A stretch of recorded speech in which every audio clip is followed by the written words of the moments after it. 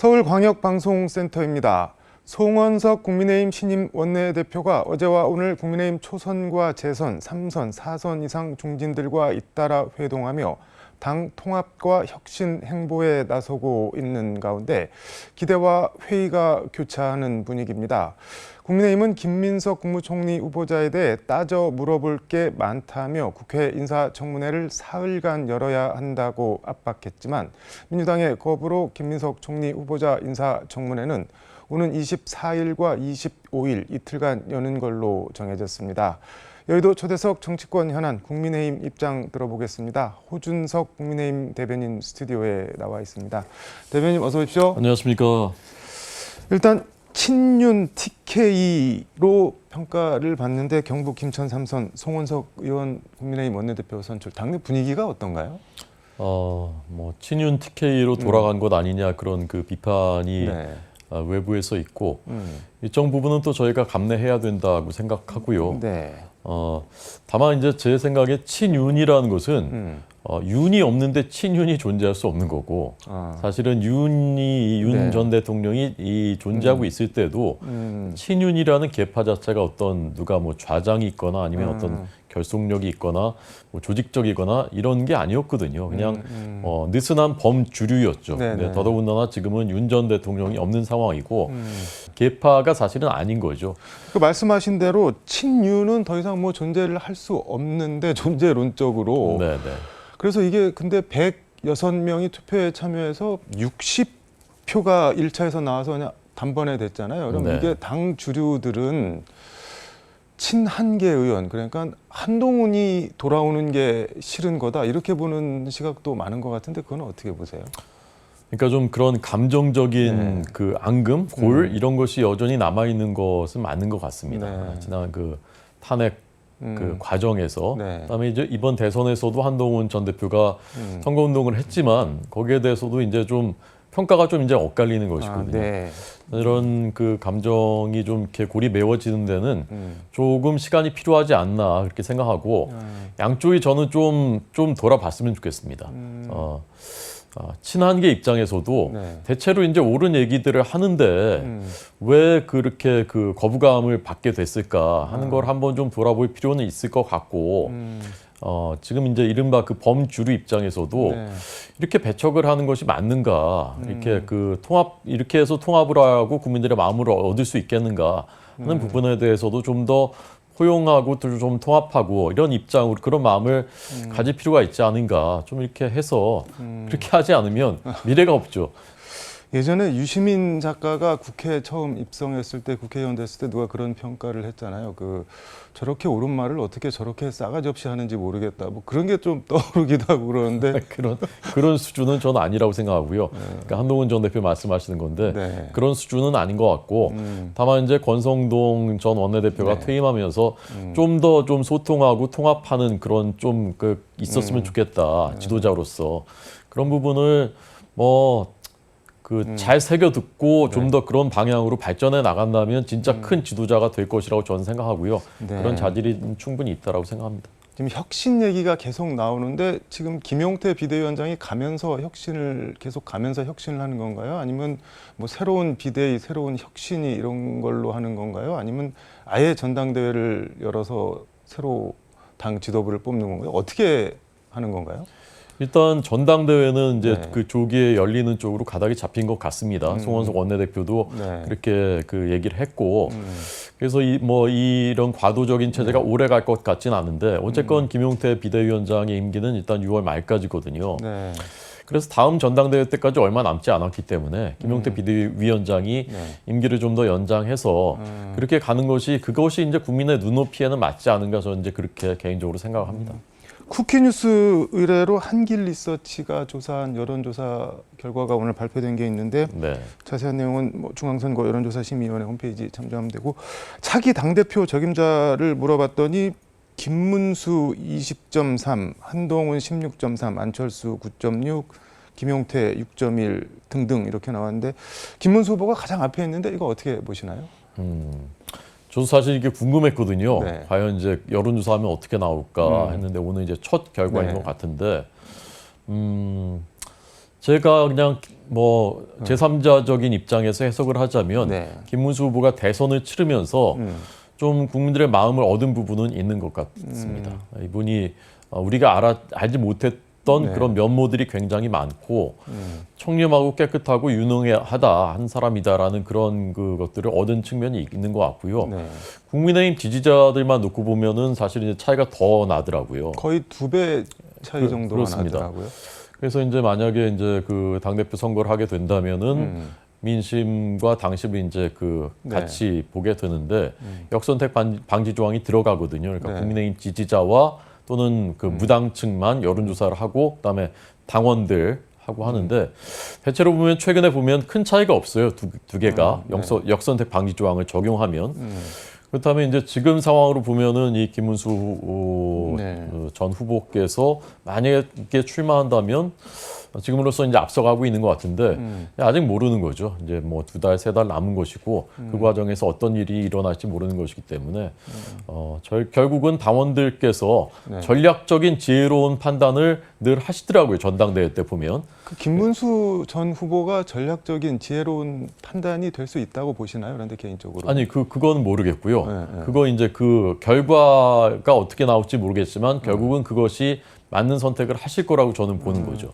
지금 여론조사 가지고서 미리 예단할 수는 없는 거죠. 뭐 여론조사 한계이긴 하지만 어쨌든 부산, 울산, 경남 그리고 대구, 경북 여기서는 다 오차범위 밖에서 이기고 말씀하신 대로 국민의힘 지지자는 거의 더블 스코어로 한동훈 후보한테 김문수 후보가 이기는 걸로 이렇게 나오는데 네. 그럼 만약에 이대로 이게 간다고 하면은 이게 그러니까 가령 윤석열의 그림자를 극복을 할 수가 있을까요? 뭐 도로 영남당, 계속 영남당 이런 얘기가 나올 것 같은데요. 그러니까 그 부분이 이제 제가 앞서 말씀드린 대로 네. 김문수 전 후보가 이 대선 과정에서 네. 그런 색채는 저는 이제 많이 이제 벗었다고 보고 그다음에 이제 그 새로운 것들을 새로운 정치적인 자산을 좀 얻었다고 보고 오히려 이제 대선 끝난 다음에 오히려 더 강도 높게 이 김문수 전 후보가 그 비상계엄에 대해서 강도 높게 비판을 했습니다. 끝나고 나서라도 이 비상계엄에 대한 인식을 보여줬어요. 이건 절대 있어서는 안 되는 잘못된 일이다라는 걸 보여줬고 네. 그래서 그렇다고 해서 만약에 된다 당대표가 되더라도 그게 친윤당으로 도로 친윤당이다 그렇게 보기엔 저는 좀 어렵다고 생각합니다. 알겠습니다. 김민석 국무총리 후보자 인사청문회가 24일, 25일 이틀간 여는 걸로 잡혔는데 네. 국민의힘에서는 부적격자다 사퇴하시라 뭐가 제일 문제인 건가요? 보시기에? 지금 잇따라 불거져 나오는 그런 이 의혹들은 그냥 이제 도덕성 수준이 아니라 이것은 이제 불법의 그 가능성이 굉장히 농후해 보여요. 네. 이런 상태, 이런 수준의 그 인물이 첫 총리라는 것은 그 사회적인 손실이 오히려 훨씬 더 큰 수준에 이르렀다고 저는 생각합니다. 우리나라의 이제 공직자라는 것은 네. 돈이 어디서 들어오는지 그래서 지금 재산이 어떻게 되는지를 국민들께 알려드리도록 돼 있습니다. 네. 그게 이제 공직자 재산 신고고 정치자금법입니다. 그렇지 않으면 네. 검은 돈을 받을 가능성이 있게 되는 거고 그게 결국은 우리 사회에 악영향을 미치고 공직 수행에 악영향을 미치기 때문에 그렇게 되는 것이거든요. 근데 너무나 납득이 안 되는 지금 그 돈의 흐름들이 너무나 포착이 되고 있단 말이죠. 근데 김민석 후보자는 본인이 진짜 어려울 때 정치적으로 아무 미래가 없을 때 그리고 경제적으로도 어려울 때 그냥 주변에서 십시일반 정말 순수한 마음에서 도와준 거다 감사하게 생각하고 있다 이렇게 해명을 하던데요. 뭐 불법 자금 뭐 이런 거는 전혀 일절 아니다. 근데 그 해명이라는 게 결국 네. 스폰서한테 돈 받았다라는 거랑 같은 얘기 아닙니까? 그러니까 그 도움이라는 것이 네. 합법적인 경로로 도와줘야 되는 것이거든요. 근데 지금 이것을 보면은 돈을 차용증을 쓰고서 돈을 이제 빌렸는데 그게 진짜 빌린 것인지 네. 2008년 불법 정치자금 사건 때도 똑같은 그 수법이 있었는데 네. 이번에 똑같이 그런 수법을 쓴 것이 아닌지 의심스러운 정황들이 너무 많이 드러나고 있고 아니, 그러니까 가령 제가 엄청 어려운데 우리 네. 호 대변님이 이제 저랑 친해서 네. 야, 너 좀 어려운 것 같은데 이거 좀 생활비에 보탰어라 그러고 1,000만 원씩 이렇게 줬단 말이죠. 여러분들이. 네. 그거를 정치 자금으로 볼 수가 있는 건가요? 그런데? 그렇게 받으면 안 되는 겁니다. 아, 네, 그 생활비를 내가 뭐 네. 아주 무슨 뭐 가족 제가 그 가족이 주는 것까지는 어떤지 모르겠는데 네. 그냥 그렇게 주면 그 검은 돈이죠. 그게 대가성이 있는지 없는지 어떻게 알겠습니까? 난 이게 이분이 나 친하고 유망한 것 같아서 내가 돈 줬다. 그럼 저도 돈 막 그렇게 받아도 되죠. 근데 그 당시에는 본인한테 어떤 정치적 미래도 없었고 김민석은 뭐 끝났다 죽었다 뭐 이런 평가를 받을 때였다는 게 김민석 후보자의 해명인 것 같은데요. 5년 전 국회의원이 된 뒤부터만 따져도 세비가 5억 7천만 원밖에 안 되는데 수입이. 네. 근데 그동안에 추징금 6억 원을 다 갚았고 그다음에 자산이 8억 원이 늘어났고 그다음에 자녀는 해외 유학을 보냈고 네. 교회에도 2억 원을 헌금했고 쓴 건 소비한 것이 이 증빙되는 것만 해도 2억 몇 천만 원이에요. 그럼 몇억 원이 지금 비지 않습니까? 네. 이 5년 동안에. 그럼 그 돈이 도대체 어디서 났느냐는 거죠.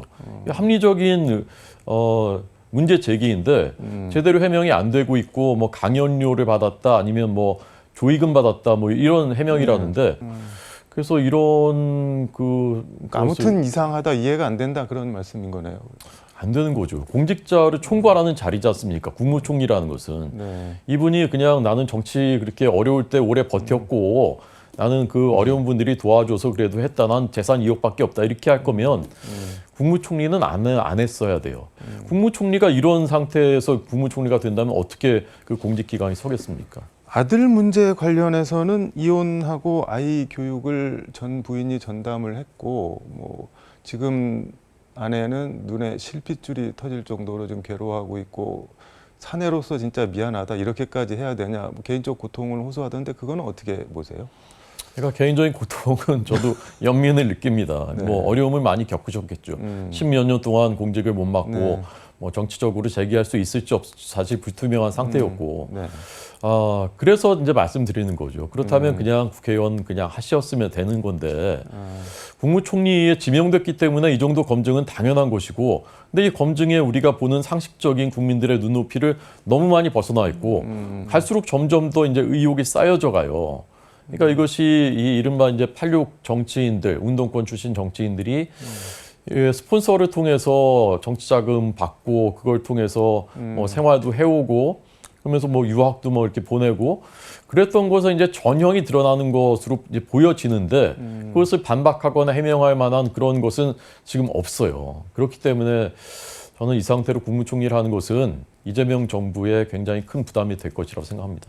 위선이라고 보시는 거네요, 그러니까. 네, 그렇습니다. 이 운동권 출신 정치인들이 이제 도덕성 이런 것들을 가지고서 사실 이제 하는 건데 실제로 드러난 행태들을 보면은 이제 반대 방향들이 굉장히 많거든요. 그리고 정상적인 경제 활동을 하고 세금 내고 그래야 이제 땀 흘리면서 일했던 근로자들의 마음도 이해하고 또 국가에 기여하고 그런 것인데 그런 사실 흔적들이 없죠. 이 운동권 출신 정치인들이 대부분. 근데 말로는 그 비판하면서 정반대 행태를 보여왔단 말이죠.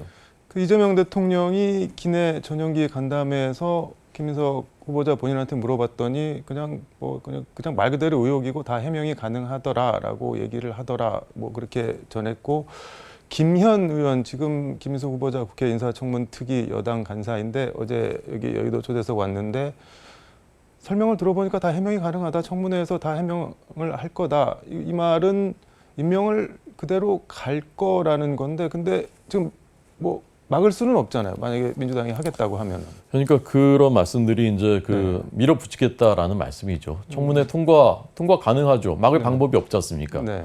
청문 보고서 채택 동의 안 해줘도 그냥 또 할 수 있고 다수당이니까. 네. 그다음에 그 표결도 그냥 통과할 가능성이 많고. 네.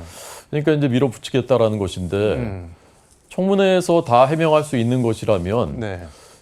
이미 지금도 해명이 돼야 되는 거거든요. SNS로 해명한다고 했는데 며칠 동안은 미뤘는데 막상 내놓고 보니까 맨탕이고 설명이 될 수 있는 것이 아무것도 없었거든요. 그러니까 다음 주까지 그냥 미뤄뒀다가 인사청문회 그냥 이틀 동안 빨리 그냥 하고 통과하고 밀어붙이겠다. 그런 이제 입장인 것 같은데 저는 그것이 정말 이재명 정부의 성공을 위해서는 굉장히 부정적인 영향을 미칠 것이다. 아프더라도 해결하고 하는 것이 오히려 국민들에게 박수받을 일이라고 생각합니다. 지금 김건희 여사는 뭐 주가 조작 관련한 육성 녹음을 검찰이 확보했다는 기사도 나오고 샤넬백을 구두로 바꿨다. 어떻게 보면 이게 약간 뭐랄까 상처를 내는 그런 기사들이 계속 나오고 있는데 네. 김건 여사는 아산병원에 우울증으로 입원을 했다고 하고 이게 전반적으로 어떻게 보고 계세요 지금? 그러니까 법 앞에는 만인이 평등해야 되는 것이고 네. 검찰이 새로운 단서를 확보했다면 그걸 통해서 진상을 명백하게 밝히기를 바라고요. 네. 또 특검 또 출범하지 않습니까? 그러니까 나올 것은 다 나오겠죠. 네. 그러니까 그것이 정말 위법성이 있는 것이라면 수사해서 법대로 처리하고 벌 받을 일이 있으면 벌 받고 그런 것이 저는 법치국가라고 생각하고 법 앞에 만인 평등해야 된다고 생각합니다. 윤석열 전 대통령 법 앞에 만인은 평등하다고 지금 말씀을 하셨는데 네. 경찰 3차 출석 요구서에서 또 불응을 했는데 그 윤곽근 변호사가 낸 거 보면은 법리적으로 죄가 성립하지 않고 대통령이 관여하거나 지시한 사실이 없다 이렇게 항변을 하는데 두 가지가 궁금한데 그러니까 그런 생각이 들던데 아니 본인이 판사도 아니고 재판장도 아니고 우리가 죄가 없다 그러면은 죄가 없게 되는 건지 이게 뭐 다른 일반 국민들은 경찰이나 검찰이 오라고 하는데 나 죄 없어 못 나가 이게 가당한 건가요 그런데? 가당하지 않죠. 네. 소환 조사에 응하는 것이 맞다고 생각하고요. 아마도 이제 지금 이제 그 혐의가 네.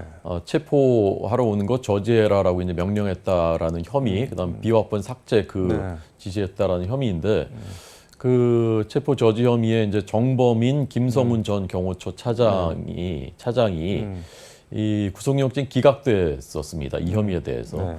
그래도 아마 이 윤 전 대통령 변호인 측은 소환에 불응하면 체포영장 그다음에 구속영장이 청구되더라도 기각될 것 같다라는 이제 판단을 하는 것 같아요. 네, 저는 조사는 받는 것이 맞다고 생각하고요. 윤석열 전 대통령이든 지금 정권에 있는 분들이든 다 그 같은 법치주의 무시해서는 안 된다고 생각합니다. 근데 그런 생각도 드는데 3번 소환에 불응하면은 보통 강제 신병 확보에 나서는데 윤석열 전 대통령이 경찰에 끌려가는 모양새를 보여서 뭔가를 도모하려고 하는 게 아닌가 뭐 가령 뭐 지지자 결집이라든가 뭐 그런 여론을 좀 모아보려고 하는 거 아닌가 그런 생각도 드는데 어떻게 보세요? 지금 윤석열 전 대통령의 그렇게 네. 결집할 만한 지지자가 그렇게 많이 있나요? 그리고 그걸 통해서 결집한다고 어떤 효과가 있겠습니까? 모르겠습니다. 저는 그런 실제로 보관이 그런 생각이 있는 것인지 모르겠지만 지금 아마 뭐 어쨌건 이제 부인께서도 이제 네. 많이 아파서 입원까지 한 상태인데 내가 구치소로 다시 끌려가서 그걸 통해서 뭐 정치적인 효과를 노려보겠다. 과연 그런 생각을 할까? 그건 저는 잘 모르겠습니다. 그게 그러니까 보통 사람들의 생각인데 뭔가 오판이나 착각을 하고 있는 게 아닐까요? 윤 대통령이나 그 부근에 있는 사람들이? 그것까지는 제가 잘 모르겠고요. 이분은 이제 예. 저희 당의 이제 당원이 아니고 저희는 정치적 도의적 책임을 이번 대선 패배를 통해서 여기까지 해서 이제 다 졌다고 생각하고요. 그래서 제가 윤 전 대통령의 입장이나 그분의 뭐 계획이나 이런 것을 뭐 설명하거나 유추하거나 그럴 저는 필요는 없다고 생각합니다. 알겠습니다. 시간이 다 돼서 요거 하나만 물어보겠습니다. 지금 이재명 대통령 G7 정상회의에서 성공적으로 외교 무대에 대비했다는 평가를 받고 그다음에 비서실장 통해서 여야 원내대표 오찬합시다, 같이 대화합시다 제안도 하고 그런 거 보면은 이제 윤석열 대통령 초반에 무슨 뭐 바이든 날리면 그리고 이재명 대표랑 대화도 안 하고 이런 거랑은 좀 차이가 분명히 있는 것 같고 그리고 김혜경 여사도 영부인 외교 대비했는데 평이 뭐 꽤 좋은 것 같습니다. 현지 분위기도 좋고 뭐 근데 그거에 대한 평가를 물어보는 게 아니라 솔직히 약간 좀 부럽거나 씁쓸하거나 그런 생각은 안 드시나요 보면서? 아니 근데 정상들이 처음에 이제 그 네. 외교 무대 데뷔하면 처음에 평이 다 좋죠. 그는 누구나 그랬습니다. 저는 이재명 대통령 취임 이후에 제일 잘한 일 제가 높이 평가하는 것은 G7 정상회의 참석했고 나토 정상회의에도 갈 것으로 보이고 네. 그다음에 한일 정상회담 하고 이런 것들은 전 높이 평가합니다.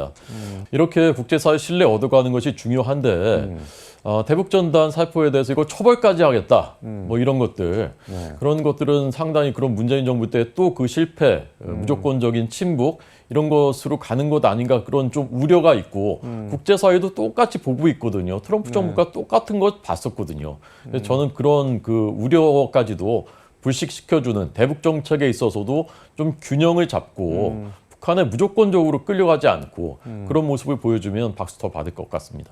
알겠습니다. 오늘 말씀 여기까지 듣도록 하겠습니다. 고맙습니다. 고맙습니다.